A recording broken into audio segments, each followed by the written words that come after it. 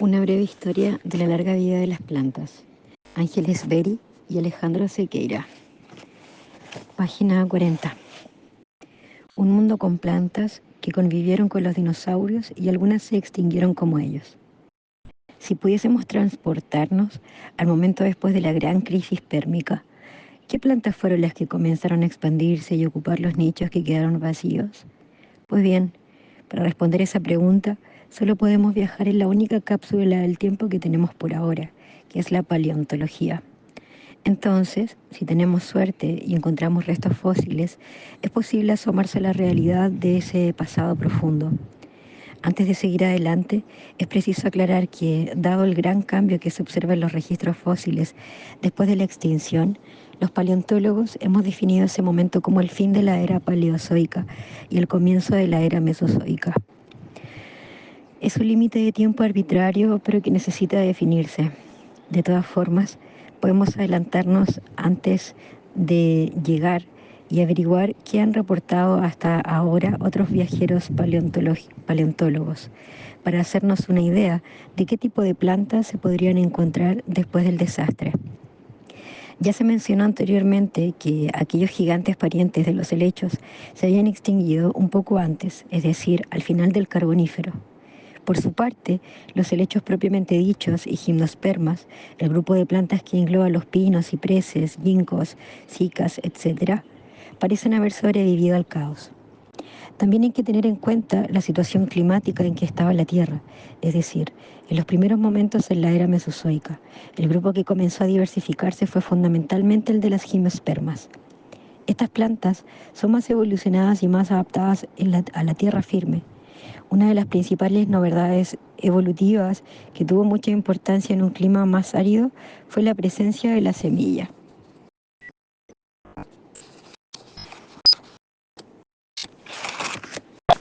En este punto, es hora de detenernos un poco y explicar más fundamentalmente qué importancia adaptativa tienen las estructuras reproductoras como la semilla, por ejemplo. Doy por sentado que la teoría de la evolución es un concepto aceptado y entendido por casi todos. Por eso no lo explicaré aquí, ya que excede el objetivo de estas líneas. De todas formas, es importante señalar que la clave para el éxito evolutivo de una especie, es decir, cuando va a sobrevivir en el tiempo, es cuánta descendencia deja. Dejar mayor número de hijos en las plantas guarda relación con la protección y la nutrición de la nueva vida, aunque como se explicará más adelante, no es una condición exclusiva de los vegetales. ¿Qué ocurre en las plantas más primitivas como los helechos en relación con la protección al embrión? Analicemos el ciclo biológico para darnos cuenta. En los helechos más primitivos, el ciclo reproductivo es de la siguiente manera.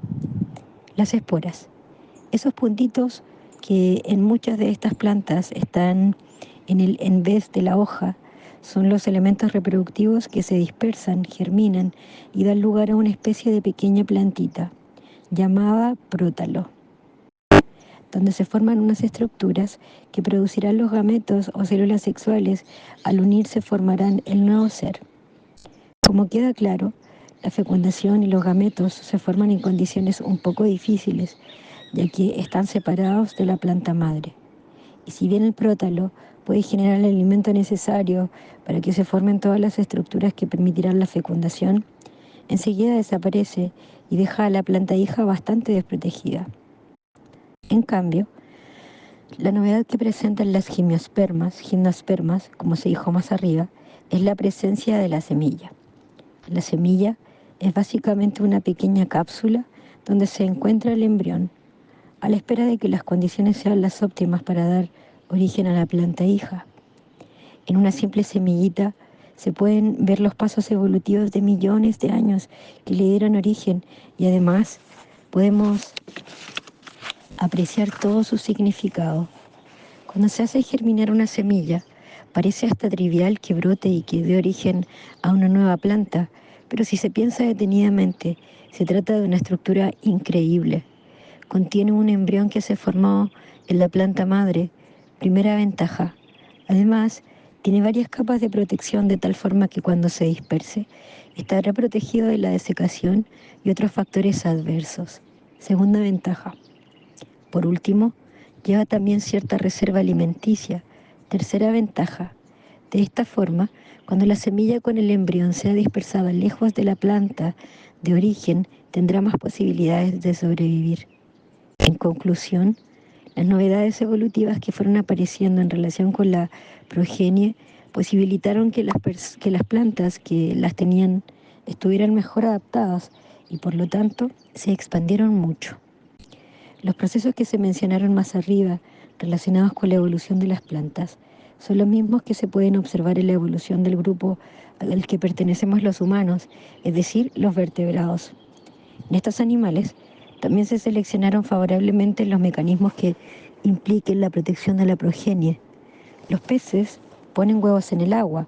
Los reptiles y aves también tienen un tipo de huevo más complejo y los mamíferos tienen fecundación y desarrollo fetal interno. Volviendo al Mesozoico, cuando los dinosaurios poblaban la Tierra, los gimnospermas tenían su mejor momento, pero no se trataba solamente de las actuales coníferas, cicas y ginkgos, sino que de una variedad bastante importante de especies que tuvieron su auge durante esa era. Convivieron con los dinosaurios, pero al igual que a ellos, no les fue muy bien, porque muchas de ellas se extinguieron y solo las conocemos a través del estudio de sus fósiles.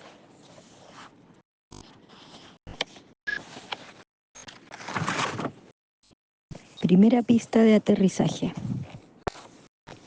Un poco antes de que cayera el meteorito de hace 66 millones de años que extinguió a los famosos dinosaurios, aparece la primera pista de aterrizaje. Sí, aunque pasarían muchísimos años para que los humanos inventasen los aviones y los aeropuertos, aparecía una estructura que pudiese decirse que cumple casi con los mismos requisitos que una pista de aterrizaje. ¿A qué me estoy refiriendo? Nada menos que a la flor. Un grupo de gimnospermas, que es el grupo que dio origen a las plantas con flor, angiospermas, comienza a diferenciarse una estructura que tiene varias señales de dirección hacia un lugar determinado. Estas señales, a diferencia de las pistas de los aeropuertos, se relacionan no con el aterrizaje de un avión, sino con un polinizador. Los agentes polinizadores son muy diversos. Pueden ser insectos, murciélagos, pájaros, etc. ¿Por qué cree el lector que hay flores de diferentes colores, formas, perfumes, tamaños, etcétera? Toda esa diversidad se puede ver como el producto de una evolución conjunta con los diversos polinizadores. Los ejemplos de ese extraordinario fenómeno son muy variados. Por citar uno, las flores de hibisco suelen tener un tamaño importante, colores en la gama más bien de los rojos, abren durante el día y no tienen perfume, porque el polinizador es un colibrí y este tipo de aves no tiene el sentido del olfato muy desarrollado. También hay ejemplos maravillosos en los que la flor tiene no solamente la forma y textura de una hembra de una especie de insectos, sino que emite olores químicamente similares a los de la hembra para atraer a los machos. Y cuando el macho quiere copular con la falsa hembra, que en realidad es la flor, se realiza la polinización. Como ese caso, se podrían citar miles en donde las especies de plantas realizan una especie de engaño, mirado desde el punto de vista antropocéntrico, a la especie de animal de tal forma que se sientan atraídos a ciertas partes de la flor y de esa manera es más probable que se realice el depósito del polen. Otro llamador que está presente en muchas flores es el néctar, que sirve de alimento a diversas especies de animales, pero que desde el punto de vista de la planta tiene como función principal ser un atractivo para los posibles visitantes. No se debe olvidar que hay flores como las de los pastos, que no tienen prácticamente color ni perfume. Claramente, esto se explica porque el agente polinizador es el viento. De manera que su estructura debe ser fácilmente movible por la brisa para cumplir la función de esparcir el polen y que llegue a otra planta de la misma especie. Ahora bien, ¿por qué es tan importante la polinización y qué sucede durante ese proceso? Cada grano de polen porta una célula sexual masculina. Por lo tanto, cuando se deposita el polen en la flor, lo que se está facilitando es que llegue a la parte femenina y se realice la fecundación. Si efectivamente Una vez más, la importancia de la reproducción y de la progenie. Las plantas con flores, o angiospermas, son las últimas en aparecer en la historia evolutiva de las plantas terrestres, pero su llegada es realmente espectacular. En efecto, a partir del Cretácico superior, el número de familias aumenta de manera exponencial y pasan a dominar todos los ecosistemas. Es el grupo de plantas con mayor número de especies, 350.000 aproximadamente. El sexo de las plantas. Hasta fines del siglo XVIII, las plantas con flores eran consideradas un símbolo de belleza y castidad, a diferencia de lo que sucedía con los animales cuyos órganos sexuales eran bien conocidos. Nadie asociaba las flores con el sexo y la reproducción. ¿Nadie? Hubo, sí, quien lo hizo y lamentablemente sufrió severas consecuencias. Konrad Sprengel, 1750-1816, vicerrector en Spandau, publicó en 1787 El misterio revelado de la naturaleza, la estructura y la fecundación de las flores, con los órganos sexuales de los animales. En su obra, Sprengel describió por primera vez el proceso de la fecundación de las plantas con flores y el rol que cumplen los agentes polinizadores en dicho proceso. ¡Qué osadía!, pensó la mayoría de los lectores. ¿Cómo las flores, tan bellas y puras, podrían estar ligadas al sexo? La pacatería y la ignorancia reinantes en aquella época con respecto al sexo y la impureza, adjudicada al deseo carnal, cegaban a muchas personas. El sexo solo se entendía como un instinto animal. La consecuencia fue severa. Los jerarcas de Spandau despidieron a Sprengel y ordenaron retirar su obra de todas las librerías. Fuente: La vida amorosa en el mundo animal, de Herbert Wendt. Una breve historia de la larga vida de las plantas. Ángeles Berry y Alejandro Sequeira. Página 50.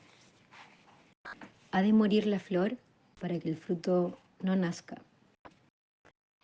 Referencia: de Sobre la vida 2, poema del uruguayo Pedro Giudice, musicalizado por Abel García. Sobre la vida, 1981. El éxito de las plantas con flor se puede explicar por la aparición de diversas novedades evolutivas que no se limitan a la flor. Los mecanismos de protección y nutrición a la progenie se especializaron aún más. Por ejemplo, aparece el fruto. Si cuando se mencionaron las gimnospermas se señaló que la semilla era una cápsula en donde viajaba el embrión bastante protegido, en el caso del fruto de las angiospermas es aún más marcado. Ahora, las semillas están dentro de otra estructura llamada pistilo, donde está el ovario, que se convertirá en el fruto. En él o los embriones van a tener alimento, protección y muchas veces el posterior mecanismo de dispersión, más o menos lejos de la planta que le dio origen. Por ejemplo, las estructuras de algunos frutos que se adhieren al pelaje de mamíferos y a medida que se desplazan van esparciendo las semillas, o el caso de algunas semillas que tienen que pasar por el tracto digestivo y ser expulsadas en las heces de los animales para poder germinar. Además de las novedades en relación con la reproducción, los angiospermas también desarrollaron estructuras que posibilitaron una mayor eficiencia desde el punto de vista vegetativo, como por ejemplo una mejor conducción de agua. Claro que los procesos evolutivos no aparecen de un día para otro. No ocurrió que las angiospermas aparecieran súbitamente con todas las novedades que las caracterizan. Por el contrario, se observa en el registro fósil que hay diversas gimnospermas que representaban varias de las novedades que luego se profundizaron en las plantas con flor. Sin embargo, todavía no hay consenso entre los investigadores en relación con cuál fue el grupo de gimnospermas que le dio origen. En el fruto, el o los embriones van a tener alimento, protección y muchas veces el posterior mecanismo de dispersión, más o menos lejos de la planta que le dio origen. Por ejemplo, las estructuras de algunos frutos que se adhieren al pelaje de mamíferos y a medida que se desplazan van esparciendo las semillas, o el caso de algunas semillas que tienen que pasar por el tracto digestivo y ser expulsadas en las heces de los animales para poder germinar. Una mirada a los helechos. En la actualidad son bastante conocidos. ¿Quién no ha visto colgar lindas macetas con majestuosos helechos hasta en los centros comerciales?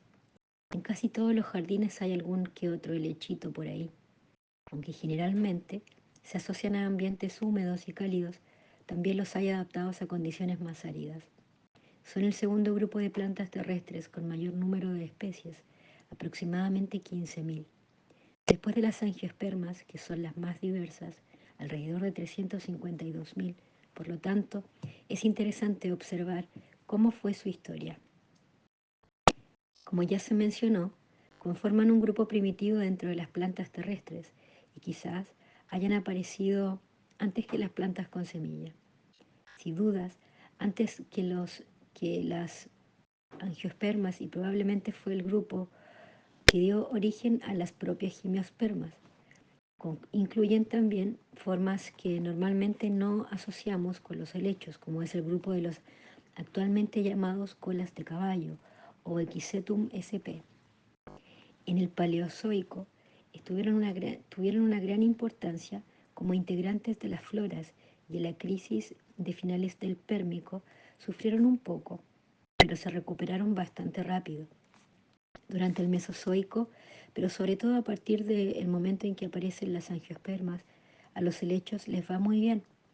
Algunos autores como Schutterpils y colaboradores postularon que este hecho se puede deber al desarrollo de los bosques formados por plantas con flor, ya que los helechos podrían haberse beneficiado porque muchas de las especies son epífitas, es decir, crecen sobre las ramas de otras plantas. El hecho es que este grupo, que podría decirse que tiene menos ventajas evolutivas si lo comparamos con las angiospermas, se las ha arreglado de todas formas para ser relativamente exitoso y llegar a nuestros días con un número de especies considerable. Estar presentes en varios ambientes y de paso alegrarnos con su suntuoso follaje.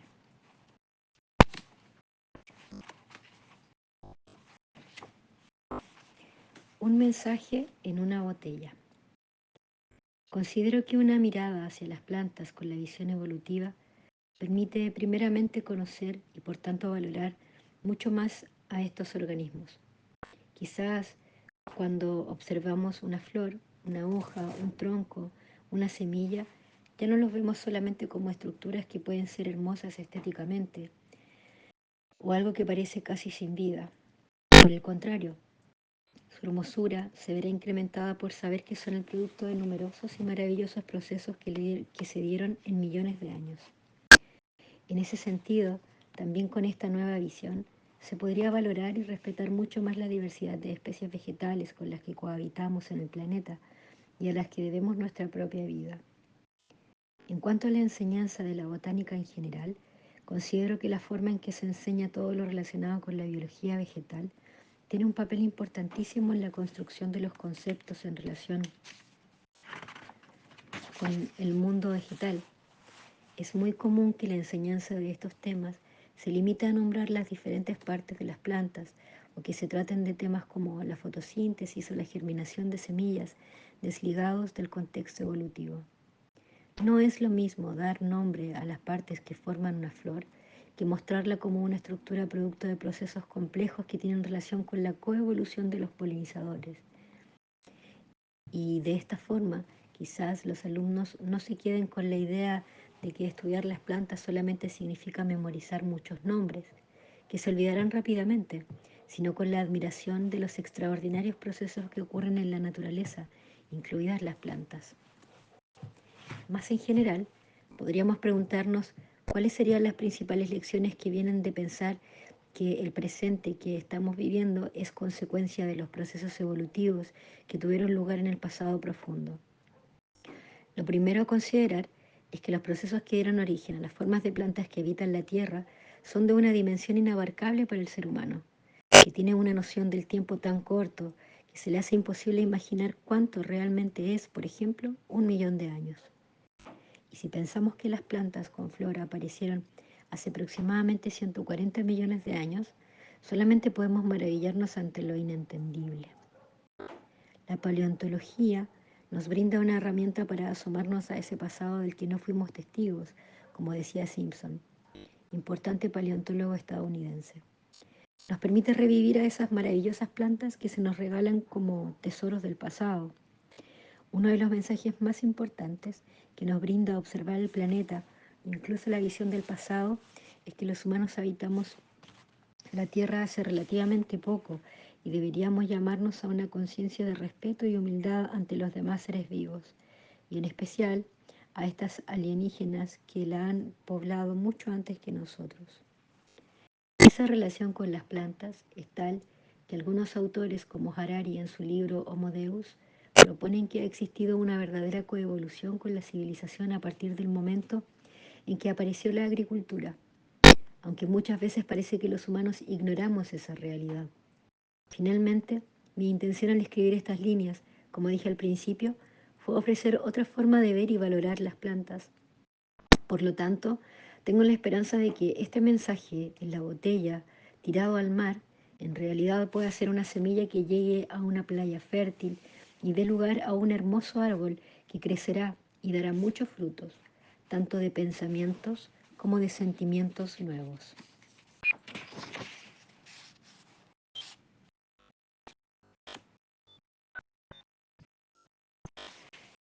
Línea de tiempo. Eón fanerozoico. Paleozoico. Cámbrico. Hace 538 millones de años. Plantas restringidas a ambientes acuáticos. Ordovícico. Aparición de las primeras plantas terrestres semejantes a musgos avasculares. Silúrico. Hace 443 millones de años. Aparición de las primeras plantas vasculares. Devónico, hace 419 millones de años, aparición y expansión de varios grupos de plantas primitivas. Carbonífero, hace 358 millones de años, desarrollo de la vegetación arbórea, gran producción de biomasa vegetal que dará origen al carbón. Pérmico, desarrollo de la vegetación, adaptada a climas áridos en muchas regiones del planeta, hace 298 millones de años. Extinción de diversas familias de plantas al final de esta era. Comienzo de la era mesozoica, 251 millones de años. Aparición y expansión de los grupos de coníferas modernos. Triásico. Jurásico, 201 años, 201 millones de años. Dominio de las gimnospermas. Cretácico, hace 145 millones de años. Aparición de las primeras plantas con flor. Paleógeno, Cenozoico, inicio del Cenozoico, 66 millones de años. Establecimiento de la vegetación moderna dominada por las plantas con flor. Neógeno, 23 millones de años. Expansión de las gramíneas. Cuaternario, 2.58 millones de años. Comienzo de los ciclos de glaciaciones y aparición de los humanos. Supercontinente Gondwana. El hallazgo de fósiles Glossopteris al final del Paleozoico en los continentes del sur sirvió para inferir que los continentes estuvieron unidos y para formar la teoría de la deriva continental.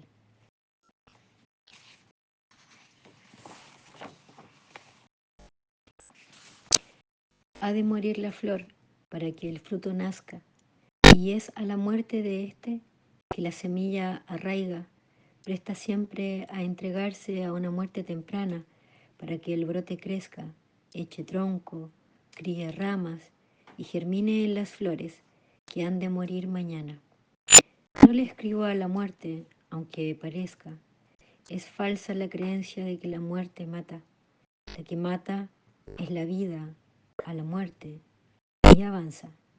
Pedro Guiu dice. Abecedario botánico.